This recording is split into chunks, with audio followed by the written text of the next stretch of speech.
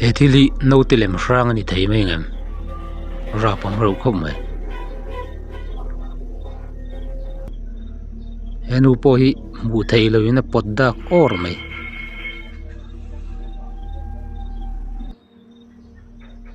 khuvel kanom chungi chuanin ramhuai kan tiang thei chu bible ang ngei po soya ramhuai hi chu anom tura kai ka ngai nget thata mun hrang kan ti te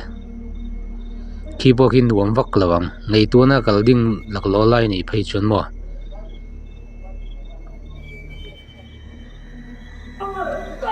hei po hi mu thei lo in an choi hrep mai jin rap thlak khop mai mi mutui lain pot tok zok mai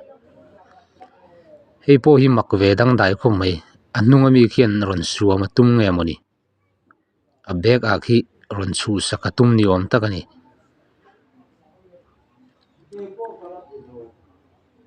ma se ama tang khian pawara nei nge kan ti don nge thla kan ti don nge khi khian ron veng tat mai ni ki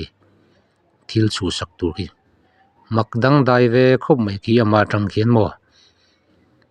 veng tu nei thlat mai ni mak dang dai ve khop mai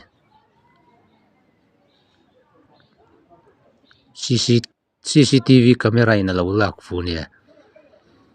mak dang dai ve khop mai hei